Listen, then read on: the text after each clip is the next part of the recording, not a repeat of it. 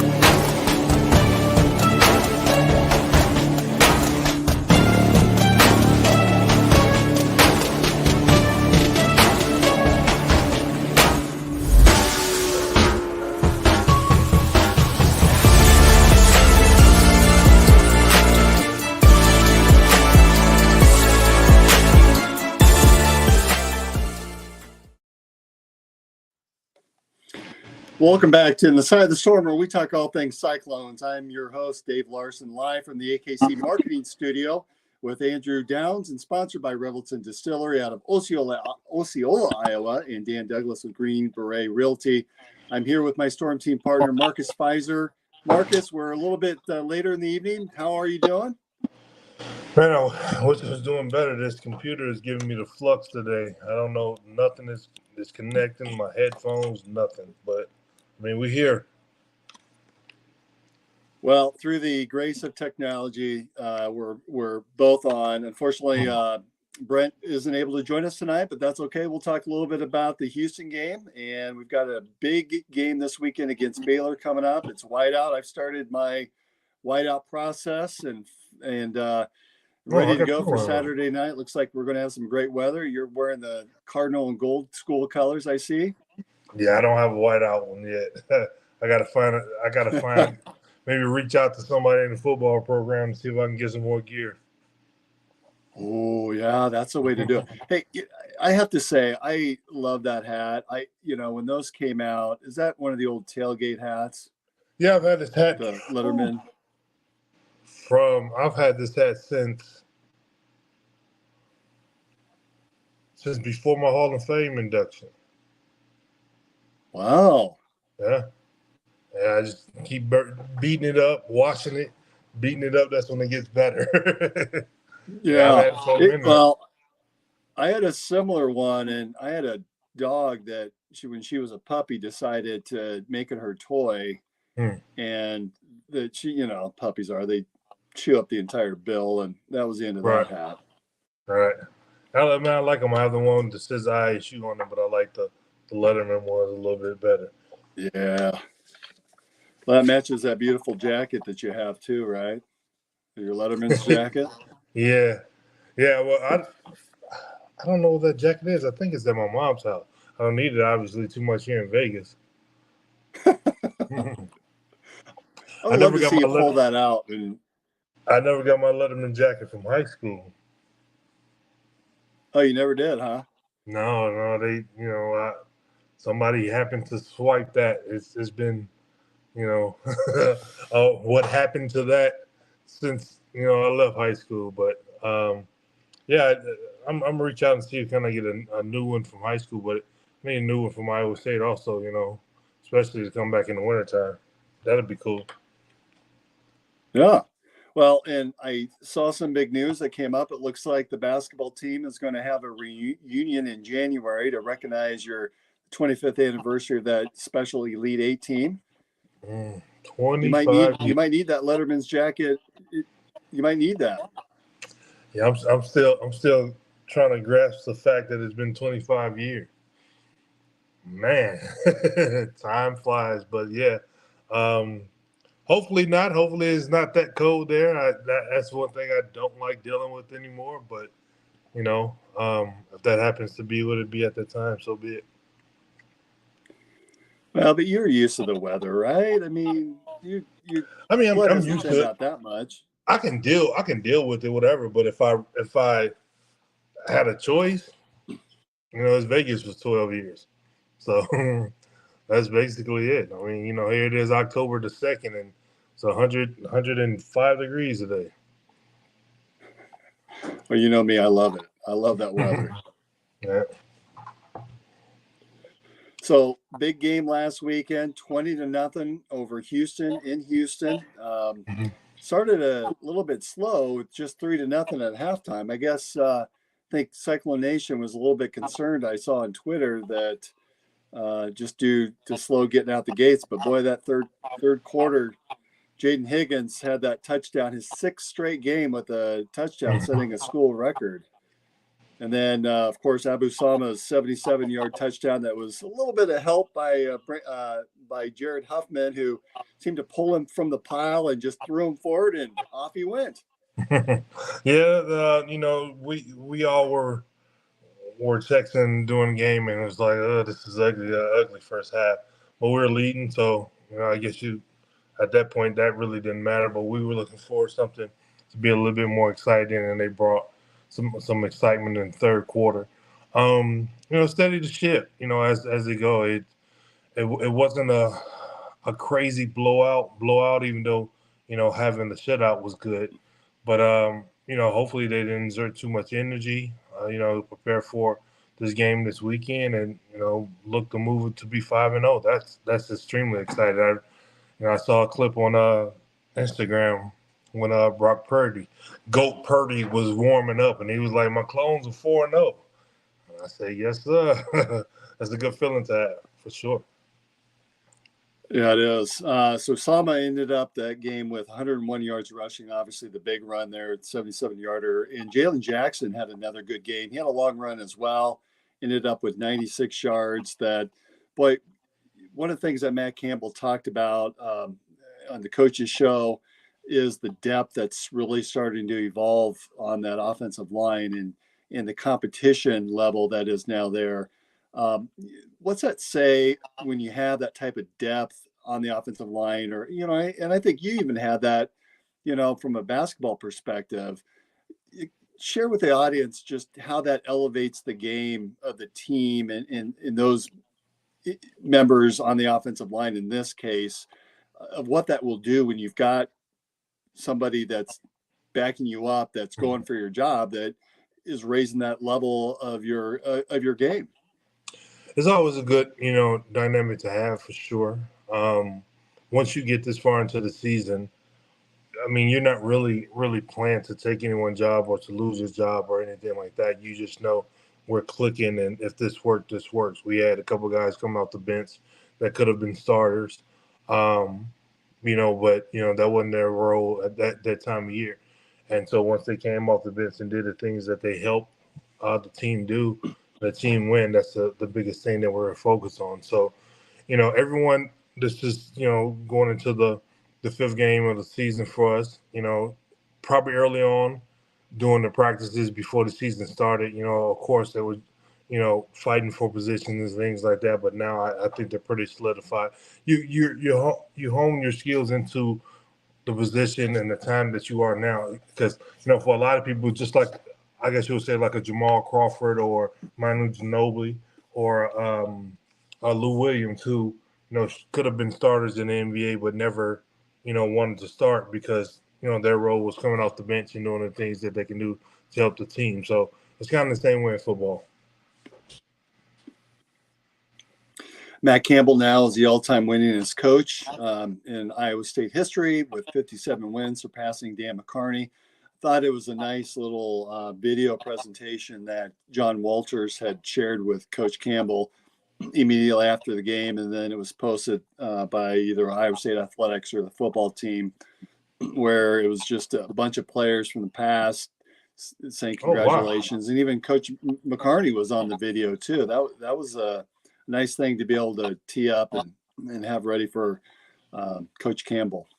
Yeah, records are made to be broken, especially if they're, good records. You always want those type records to be broken because the organization is moving forward. I know Coach McCartney worked hard to get the football program from where it was to where it had became, and then Coach Campbell come in and continue to carry that torch and do, bigger things. And like we said a couple of pods ago, now Iowa State football is really we've had guys in the league, but now you're really being respected for the guys that we're sending through the league. A couple games ago, we had three or four guys playing against each other. And then we got a couple other guys sprinkled throughout the league, and so that's always good to see when they're playing. Love seeing when they come on and they're saying the university that they're from and stuff like that. Is always a sense of pride when I hear them say Iowa State University. Yeah, we were talking a little bit before the show started, just the excitement that we see with guys like David Montgomery and Alan Lazar in the league and what they're showing in the NFL. That there's a lot of pride there for all of us that have the chance to see success in the NFL.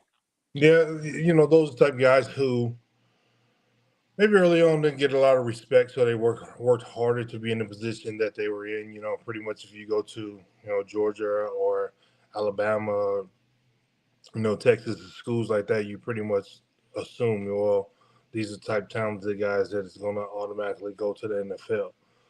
So our type guys that we get in are blue collar guys. They're going to work extremely hard, and once they get to that position, it's like, oh man, damn, where these guys come from? Well, we've always known them. We had a top, we had a guy that rushed for 2,000 yards in the season and 2 years in a row, and it's never been done again. So that tells you the testament for the school and the things that we can do.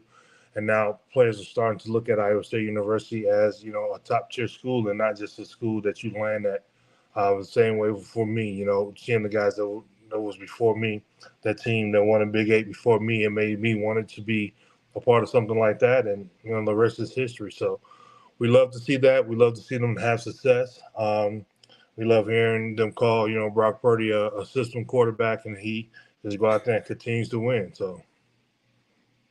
Yeah, he's continuing to sling it throughout the NFL. And a couple of weeks ago, when he was short some of those all-star players, he was still throwing over 300 yards and 3 touchdown passes. And I think that system quarterback needs to go away. It's always something that somebody's going to put out there and throw out there to try to control the narrative of things. And I'm glad that, his mental fortitude and everything looks past that, because, he had to fight even once he came in being, Mr. Irrelevant in the draft. He had to fight and, get in position and put himself in position, for that starting role. And I said, the year before, on the podcast, that what they needed to do with those players that they had ahead of them.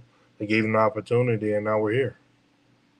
And that was neat during the middle of the game where the camera guy came out after one of the touchdowns and Brock's waving at it saying, "Hi, Mom." Did you ever have one of those moments where the camera was right on you during the middle of the game or right after a big play and you were waving hello or saying hello to a loved family member back home?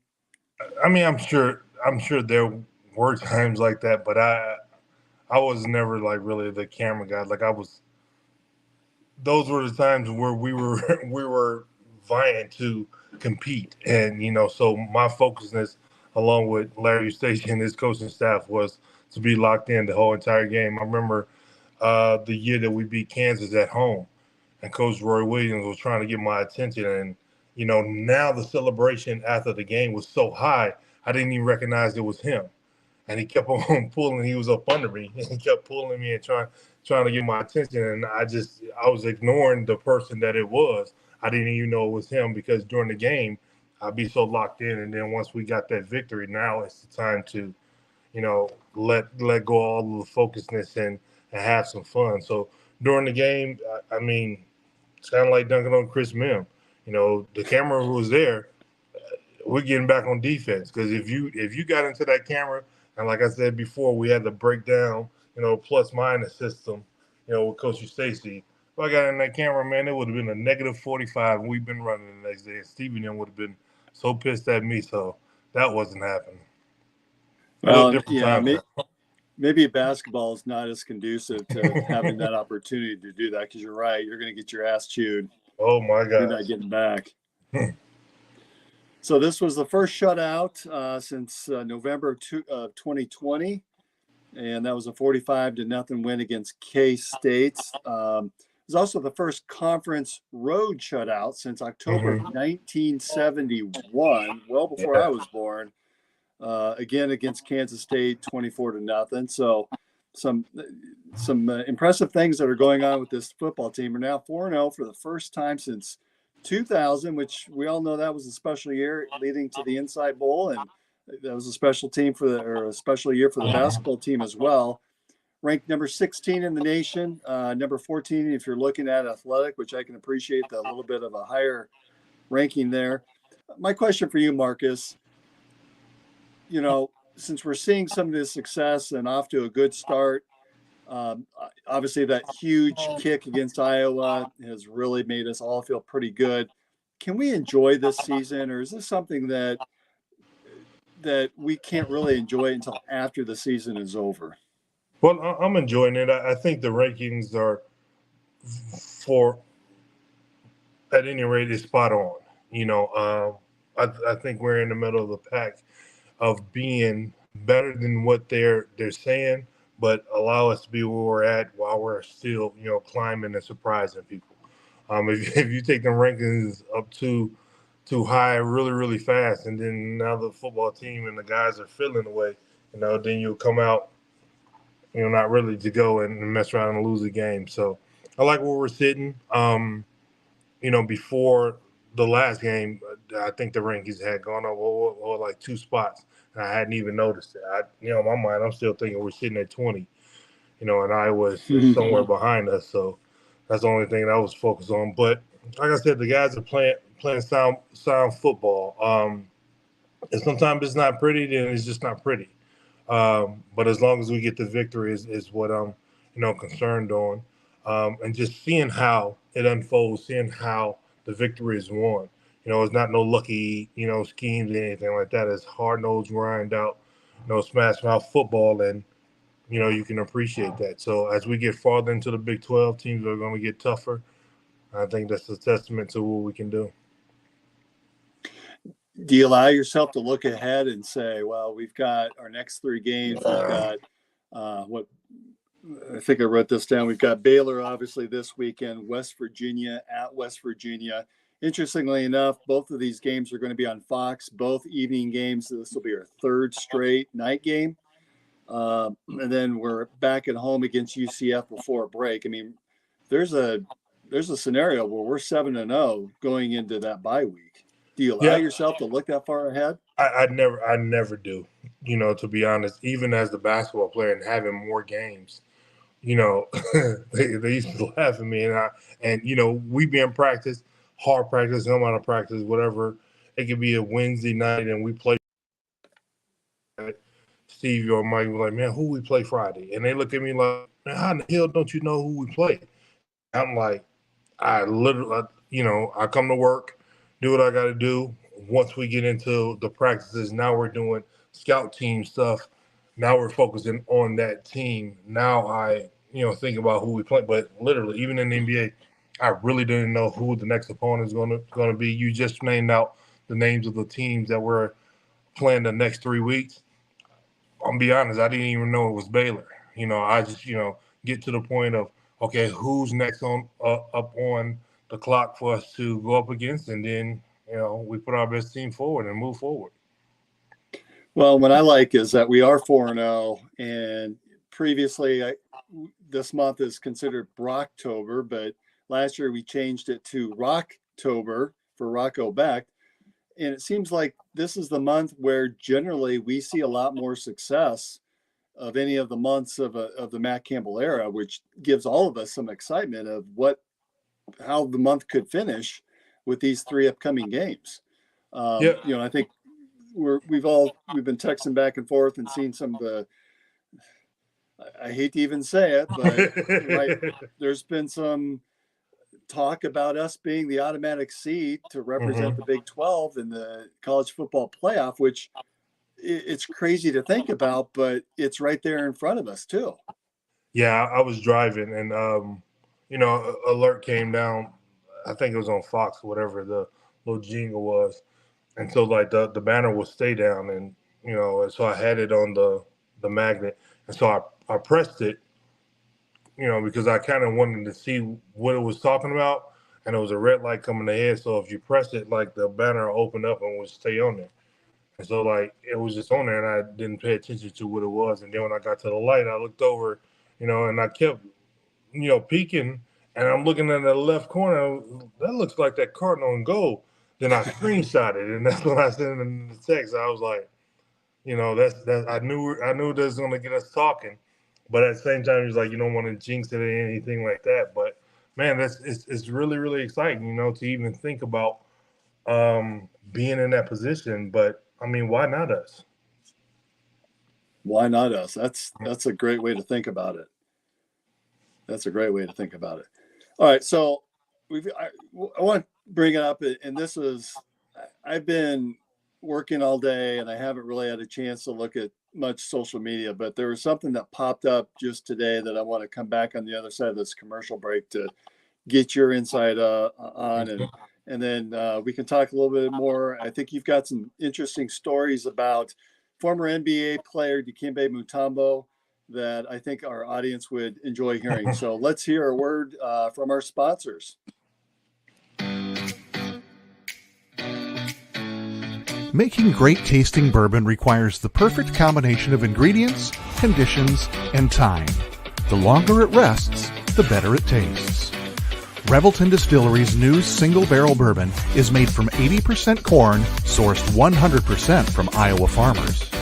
And unlike mass-produced bourbons, each barrel of Revelton's single barrel bourbon is unique, proofed on when it tastes best. As they like to say, it'll be ready when it's ready. And to ensure the highest standards of quality and flavor, owners Rob and Christy Taylor oversee the production and bottling. Every single barrel. Iowa-born, Iowa-aged, Iowa-bottled. Try the new single barrel bourbon from Iowa's own Revelton Distillery. ReveltonDistillery.com.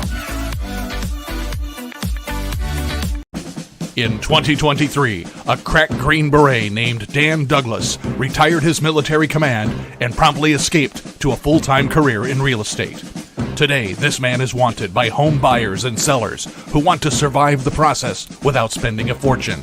If you have a home to sell or want to buy one, maybe you can hire Dan Douglas at Green Beret Realty. You can find him at greenberetrealty.com. greenberetrealty.com. All right, we're back. So, you know, it's interesting. Green Beret, I bet Dan's just having a great time with interest rates starting to drop with the Fed changes. If you're going to buy a house, now is probably as good a time as any to take a serious look at either upgrading to a new house, or if you're at a point in your career where you're looking to downsize and move into something different, give Dan Douglas a call. And so, Marcus, I've got my Mulberry Gin here. Last week traveling, I didn't get the chance to have Mulberry. They didn't unfortunately have Revelton in Tucson, but I took your advice on the way back and sat in the window seat. Had a chance to kind of lean up. You're right. That's a great spot to be in. Yeah, it is a better spot to be in because, you know, you can lean up against the window. You know, they got a nice little contour curve. You can get your little nook in that corner. And, you know, for me, I can, you know, lean away from, you know, the person that's sitting beside me. So it's a better position for me. And I'm not getting my elbows and knees and, you know, ankles nicked by the carts that's coming by. Yeah, I appreciated that advice. So I want to come back and kind of tease it a little bit before the break, but I saw on social media and some media reports about the Power 12 Conference Super League. They're going to call it the CSFL, short for College Student Football League. And there's, I think I saw that Grant Hill was a part of this, and the number 2 guy with the commissioner's office with the NFL is on this committee that's really taking a serious look at that. The proposal is 72 schools in much like a individual 12-team pods of 6 teams per pod. Iowa State, as it's constituted or proposed, is slotted in what's called the Midwest with us, Iowa, Minnesota, Nebraska. I'm not sure how this is going to work, but Ohio State and Wisconsin. I guess my preference would maybe to keep the Kansas schools together instead of adding Ohio State and Wisconsin. With that, there would also be another conference that's somehow affiliated with this CSFL of a group of 8 conference with 64 schools. So those are those smaller group of 5 schools like the Ohios and the Toledos. And they would be somehow eligible for a promotion, somehow to be able to move up, but yet there would be no relegation of the existing 72 schools that would constitute the CSFL. The CSFL teams would be a part of a collective bargaining unit. They would negotiate for salary caps, for pay scales, students, athletes, and this is just for football, so no basketball. 2 transfers in a 5-year period, so that would sort of eliminate some of the craziness that we're seeing today, where they can transfer at will. But this sounds really more like a long-term type of deal where the existing television contracts would have to expire first, and they would time it out to correspond that those contracts would end and the new CSFL arrangement would take shape. So if I remember right, the ACC was stuck in some insanely long agreement for their television rights, which I know it's going to court right now, but if that stays into effect, that could be a 2033 or 2036. So we are talking quite a bit in the future, but interesting sort of news that was coming out today about this CSFL. It sounds a lot like the old world of college athletics with larger schools making up smaller conferences, but in this case, it'd be 6 team pods. Any thoughts that as you're hearing this for the first time? Yeah, that's the first time of me hearing it. Did you say Grant Hill is a part of it? Yeah, Grant Hill is a part of the committee that's taken a look at putting this together. Well, yeah, that's interesting. I'll have to look more into it to see like the meat and potatoes of what's going on with it, I guess, because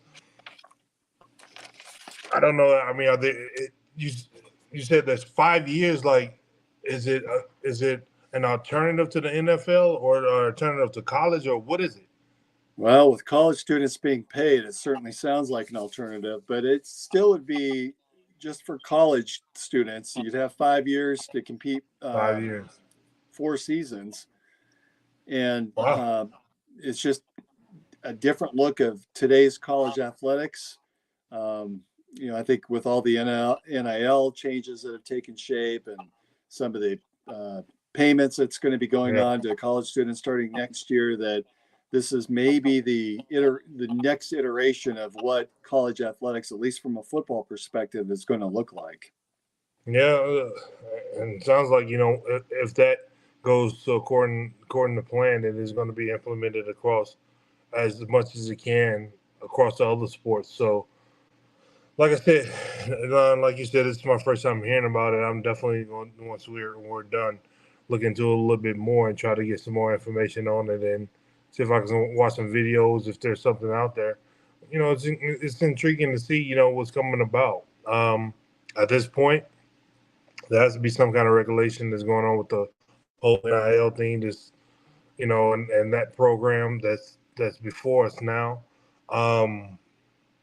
It's been a very slippery slope, but I guess the guys who came in and initially got a part of that, is no hold barred and everything. So I think they're trying to regulate it, trying to get it in a way where you can control some of, like you said, the transferring and all of that. So I'm excited to see what it's about. At the end of the day, follow the money. That somehow somebody's out there to make some cash, Mm-hmm. and I got to think that this is all about money. Yeah, it is, but it has to be regulated in a way like we're not going to make it that easy where you're just jumping for an extra 25 grand, like that type stuff. Like I know too, college kids and everything like that. That's 25 grand or 25 grand, whatever. But if you have the aspiration of making it to the pros, 25 grand is pretty much nothing to what you can make with that. But at the same time, it's mirroring the NCAA and everything that's going on now. So it has to be regulated a little bit more than, I was promised an extra $100,000 and it hadn't came or whatever. So, getting the reining the reins in to figure out how this can be a lot more streamlined is what I'm sure that, they're hoping to do. We can't just keep on throwing seasons out there and hoping, for the best. The guys in UNLV that chose to redshirt and a couple other places, whatever, are really, it's unprecedented to the situation that we've been in before, and they're opening up eyes. Well, and this is going to be a quite interesting deal if it ends up being put together. I'll be curious to see. One of the things I like is the salary cap concept. I think we've all recognized that there's schools that are out there that are they've got tons of cash to spend and they're blowing it all on these athletes. That schools like Iowa State, it's a tougher market for us. And so if you put a cap on that, that's going to open up Pandora's box of, think back in the mid 80s where the boosters were out there putting cash in these athletes' hands. It feels like there's going to be new opportunities for that to happen again. Because who's going to regulate all this? It's fascinating nonetheless. Well, I think like in Major League Baseball, there is no cap, right? And, in basketball, there is. So that's why you can have like the Dodgers or the Yankees. Always another team that have a ton of cash that's always paying a lot of, players. You have that in baseball and basketball. You don't necessarily have that, so you can spread it around, be more competitive. That's the basis of it all, trying to be more competitive. Because I guess the Yankees be the top of overall payroll every year, and they hadn't won in so many years. So when you think about that, it hasn't done them much good. Right. Sometimes it works, sometimes it doesn't. It did work in the beginning. My Red Sox put a stop to that, and now it's not working out so well for them anymore. And the players are going to other places, and other teams are competing. So with the football aspect, like you said, having a salary cap, it doesn't matter what your budget is, how much money you have. If you can't go above that and you're tapped out, then that gives other schools the opportunity to possibly get other players that they otherwise wouldn't have been able to get and compete. I learned so much about you every week. Wait a minute, you're a Red Sox fan? How does that happen? Manny Ramirez. I've always been a huge fan of Manny. When he came to Boston, I just loved, his play, his antics. He was real funny, and Big Papi. And, just they were the team that hadn't won in so many years. Me always being an underdog in a lot of different things. I said, okay, well, let me start following them a little bit more closer. Being a super fan of them, we're going to find a way together and to pull out a win and win the World Series. And, after I became a fan, we started competing and won the World Series. So I've been a Red Sox fan ever since. And, from nowhere near Boston, but I love my Red Sox. Okay, that's fair. So you became a Red Sox fan a little bit later in life. Yeah. I mean, being from Detroit, was a Tigers fan a little bit. Never really got into it much or anything like that. Like I'm a Lions fan a little bit also, but more of a Saints fan. Growing up most of my life in Louisiana, no Major League Baseball team down there. So, just I guess I was free agent and being a fan of a baseball team, and when hearing that the Red Sox hadn't won in so many years, and Babe Ruth being traded to the Yankees, and then all of that downhill from there, I was like, let me start following these guys, and I fell in love with them, and we've been having good seasons ever since. I'm not going to say it's all due to me, but coming back against the Yankees that year to win the World Series was huge. Yeah, it was. They ended up winning a couple there in a short Mm-hmm. time span. Yep. Well, and I know you sort of have that affinity yet for the Michigan Wolverines just growing up in the area. Have you had a chance to watch that Netflix documentary about Connor Stallions and some of the video transgressions? No, I hadn't. Yeah, I was a Michigan fan growing up. And it's the strangest thing ever. Like, becoming a basketball star in high school, went down All-American. I could have, chosen any school that I wanted to pretty much. And Michigan just wasn't on my radar. LSU wasn't on my radar either, even, in high school in Louisiana. Shaq was real upset at me about that. But, the whole process of you fall in love with who you fall in love with and how you fall in love with it, and that was Iowa State. So no one can understand why I was choosing Iowa State, why I did. Obviously, the cards were dealt the way they were, and the history is what history is. But it's just how things happen sometimes. But like you said, I grew up watching Michigan. My brother played in high school with Tyrone Wheatley, before he went to University of Michigan. So that whole thing and all of that. As a kid, being a hooper, you wouldn't have told me I was going anywhere else other than Michigan, Fab Five and all of that. But when it was that time and it really came, Michigan just was not on my radar. Did that tick you off that you weren't being recruited by them? Well, no, it wasn't more so that I wasn't being recruited. Like you just back then, high school coach was a little bit different. AAU coach was a little bit different than today. They would talk a little bit more hands-on. It wasn't, text messages and social media where they can just reach out to the kids. So, my AAU coach and my high school coach will ask, what schools that you're interested in. And we're in Louisiana and Michigan way up there. So if I don't say anything about Michigan or anything like that, then it just wouldn't be, something that will be on my radar. I love Georgetown, was highly recruited by Georgetown. They were in my top 5. And that's just the way it was. Minnesota was in my top 5.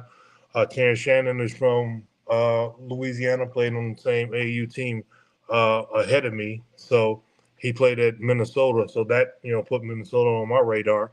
One of my AAU teammates after me ended up going to Minnesota, Nick Senfield. So, that's just the process of how things were. The whole history behind Iowa State with Tim Floyd and Beverly Floyd, how that connection happened. It's just those were the core of the teams or the universities that I was focused on. I remember being at PE and they calling over the intercom. Coach K was on the phone and it was like, Coach K is on the phone, want to speak to you. And they was all excited. And I yelled back up through the intercom, told them I don't want to talk to him. I want to play against schools like that. And I was serious. And my coach didn't understand, like, what are you talking about? But, at that point, you just tunnel vision as a kid. It wasn't, going to social media and put out, I got an offer from this team and offer from that team. It was back in the day when they physically mailed you boxes and boxes of letters, and that was redundant and it got, on your nerves after so much was coming in. But now it's a little bit different when they, talk to you on the phone and post something on social media and it's a lot easier. But no, it wasn't anything that I was upset about. You got balls. You turned down Coach K? Yeah. So at that time, now we're juniors going into our senior year. And so I had already known for years Elton Brand, Shane Battier, Chris Burgess. Those are three power forward centers. Then there's Marcus Pfizer. So, and all four of us was on the same All-American team. So it's like somebody's not going to play. So you gotta put in perspective those type things, and you just go from there. So Elton Brand and Shane Battier were the ones that end up playing the most, even though Chris Burgess was number one player in our class, over Lamar Odom and some other Tracy McGrady, over a lot of guys. So you start thinking about those different things. Iowa State had, starting power forward centers that was graduating and leaving and all that. So that was the, vision and everything that I had. And, that's ultimately what, helped my decision over the other schools. Well, that's absolutely fascinating. So we kind of teased it a little bit before the break as well, but I think the past week has just been remarkable in terms of the number of celebrity deaths that we've seen. And the other day was Pete Rose and Dikembe Mutombo was a little bit of a surprise. I had not realized that he had been ill, and obviously his passing just sort of hit me in the gut, because he's a guy that I really grew up watching and admired, and we all remember the finger wag. And Georgetown guy. You had a great story, I think, that I saw that I'd love Funny for you story. to share. It was sort of the welcome to the NBA moment for Marcus Pfizer Yeah. by Dikembe Mutombo. Yeah, I mean, and like I said on Facebook when I posted it, being young going into the NBA, like, I don't care how much talent, I'd even tell people, like, even for LeBron James when he first came in, like, he didn't really know how to play against adults and things like that. So there was little things that we could do to, kind of keep him on edge and stuff like that. And you're trying to carve out your niche in the game and stuff, and try to do whatever that you can. So, young, dumb, just run around Chicago, not really paying attention to much things. And like I said, it was this move. I don't know if people understand the move, but I saw Steve Francis do it in the game, or somewhere I saw him do it. So it's like you shooting the ball, and like you push your hand so fast past the ball that the ball rolls over on the top of your hand, and so you can pull it back and it'll roll back down into your hand. And I saw him do that, and here I am, 6'8", 250, watching a point guard do moves, and thinking to myself, well, I'm gonna try that, and got into the game, and I'd be damned, the Dikembe Mutombo switched out on me some reason somehow, and I was on the right wing, and we probably were getting blown out. That's one of the reasons why, it made it so. Of all so players bad. to pick, you picked Dikembe Mutombo. I mean, he switched one out of the on best defensive players in the history of the game. Well, he's a good defensive player. I'm going to try this on him. He's a good rim protector. He wasn't fast enough to stay in front of me off the dribble. Okay. So that's the first thing that I thought. I gave him a couple jab steps, and he was, moving and shuffling, and I did it.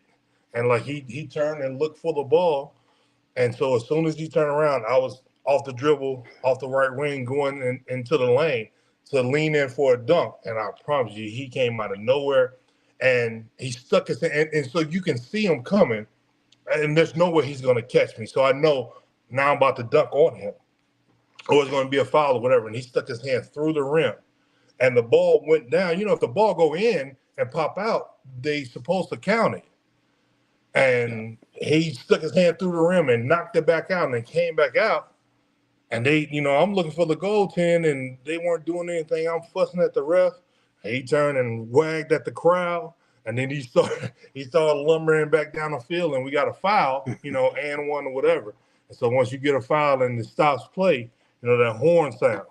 As soon as I heard that horn walking down the court, there was somebody coming in for me, and that was it for me that night. And man, Bill Cartwright chewed me out. He chewed me out like crazy after that. So that was a cool little story. Yep. Something that I definitely learned not to do ever again. And, you know, but So the then, days of then, Marcus then Pfizer point guard moves were done. you're right. And then the extension of that, like I said, that was my rookie year. Didn't play well my rookie year as well as I wanted to, so didn't make any of those like rookie sophomore games. So the rookie year, me and the wife went to, I think we went to Jamaica. And my sophomore year, second year in the league, I did make one of those teams, and the All-Star game was in Philly. And so just being in Philly, being in the hotel, I had my oldest son. He was, 2 or 3 at the time. Still a baby to me, so I'm carrying him or whatever. And this kid was the biggest crybaby. Like, I have him, and then I have his younger sister that's like a year behind, that's right behind him. She's the one that's in the Air Force now. Has always been way tougher than him. And so we was on the elevator. Deke got on the elevator, and he just walked in, and he was smiling. And like I said, I knew what he was thinking. And the door was closed, and he ain't say nothing. He was just smiling. And so as I was holding him, that's when he opened up his mouth, and he was like, "Hey, Pfizer!" I mean, super loud. It was just echoing off of the elevator walls and stuff like that. And my son Monday just started crying. I mean, he's super loud crying. He was like, "You remember you tried to dunk on me?" And I said, "Dick, I did dunk on you. That was a gold 10." And right in my face, he hit me with his finger wagging again. He was like, "No, no, no." And we just fell out laughing. Everybody was in the elevator laughing. On Mondays in my arms crying, and got to the bottom. Elevator doors open, and then that was the end of that. So that was one of the stories that I remember. From the Dikembe Mutombo, just being around them, a lot of things that you learn. He teach you a lot about the games, about angles and trying to shoot over a shot blocker like him, and just the motor that he had, the heart that he had, and the things that he did to try to help everyone. You never seen him, mad at anyone, trying to get in any kind of fights, anything like that. He was just a fun-loving guy. So to see that he, passed away was definitely something that hurt my heart. If I remember right, he was on that Denver Nuggets team that was in the first 8 seed to beat a 1 seed in the playoffs. Mm-hmm. Yeah, I mean, that was when he was younger. Definitely that rim protector. Things just shifted in that series where, you get a good defensive team, start making some shots, you can't, score on them. That can change the whole dynamic of the series. And he's just always been that player that, that's going to alter the shot. And for a shot blocker, and that's the things that I try to tell the kids that I coach and stuff like that. Like, as a shot blocker, you don't have to block every shot. It's just altering the shot. Tyson Chandler was real good at that. Just jump and swing at it. Now you're skittish about where the ball, and if it doesn't go in, it's going to hit the rim and bounce around, and then we go get that rebound. I used to push Tyson to the defense to go, because now he's going to make a miss, and now I'm on this other side getting the rebound, and now we're going. So, to have those type players is definitely, if you have a shot blocker like that, you're definitely going to be a more better defensive minded team, and that's what he brought for all the teams that he had, including the gold 10 that he did on me. Well, I'll never understand what it's like to be a shot blocker. I think I could maybe jump over the thickness of a small notebook. I have no jumping ability whatsoever. I was a shot blocker in high school. When I got to college, I remember saying to myself, like, damn, players are so much bigger, faster, just as athletic as you, and especially when you got to the pros, that's nice. But I think, like, my senior year in high school, I was like 7-8 blocks a game, because I'm 6'8", young, blocking shots like crazy. When I got to college, it was like 0.5, maybe 1 shot blocking game. And like, that torpedo so quick. I think Stevie was averaging more blocks than me. I know Jamal Tinsley damn sure was. But you know what? I'll take the dunks over Chris Mim every day of the week, and the stories like trying to dunk on Dikembe Mutombo. So I think you've had your fair share of athletic dunks in a basketball game. I did dunk on D. I'm sticking to that story. All right. Well, that's again this Saturday we take on Baylor. It's a 6:30 kickoff. If you don't have your tickets, get your tickets. Buy them for family members. Buy a couple tickets. Hand them out to family and friends. Make sure you're all there. We're packing the jack. Don't forget to wear white. I understand that there's going to be a big drone show at halftime as well. So stick around in your seats. This really is looking like it's going to be a memorable game. The weather is forecast is supposed to be absolutely beautiful on Saturday. So tailgates lots will open at about 12:30, and for some that they may be able to sneak in a little bit earlier, but it's going to be just a great game, and really looking forward to Saturday, Marcus. Yeah, me too. I need the guys to come out focused. This is a big game. Baylor can be sneaky. We know they've had a couple tough games here the last couple weekends, but we don't need them to come in and surprise us this weekend. We need them to be focused and understand this night game is a big game. The fans are going to be out. The weather's going to be nice, and we need that nice W. That way going to Sunday and next week, y'all can be the men on campus. That was always fun. That's right. Well, this is the same Baylor team that lost the Hail Mary game against Colorado a couple of weeks ago, where they really Colorado dropped the first pass, then ended up getting the second one in the end zone for the touchdown, then scored in overtime. So you're right. Baylor's sort of fallen on hard times, and we might have some success in moving the ball this weekend against that defense. Well, I look forward to it. All right, that's another edition of In the Side of the Storm. Marcus, I'll see you on the next show. Hopefully we'll be able to have a fifth win behind us, and we'll talk to everyone next week. Thanks for joining us.